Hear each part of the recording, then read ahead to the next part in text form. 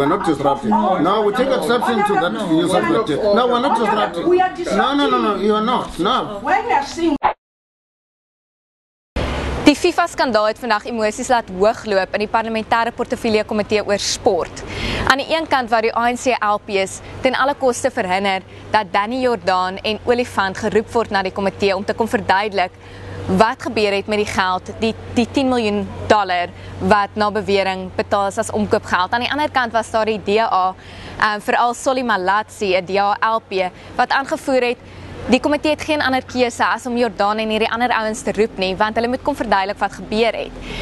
So dit het 'n stryd afgegee, emosies het hooggeloop. This committee, if we really don't want to be the Muppet Show, must get the information firsthand. we are doing oversight on Honorable Mbalula, and we can't be puppet. And that word, I'm taking it very strongly.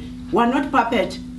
En uiteindelik het die komiteevoorsitter Beauty Dlulane beslis dat minister van sport Fikile Mbalula geroep sal word om aan die komitee te kom verantwoording doen, maar hulle sal nie vir Jordaan of enigiemand anders wat deel was van die 2010 plaaslike reëlingskomitee op die oomblik roep nie.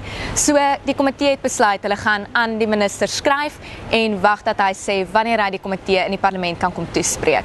Marina Lamprecht vir Netwerk 24 Parlement.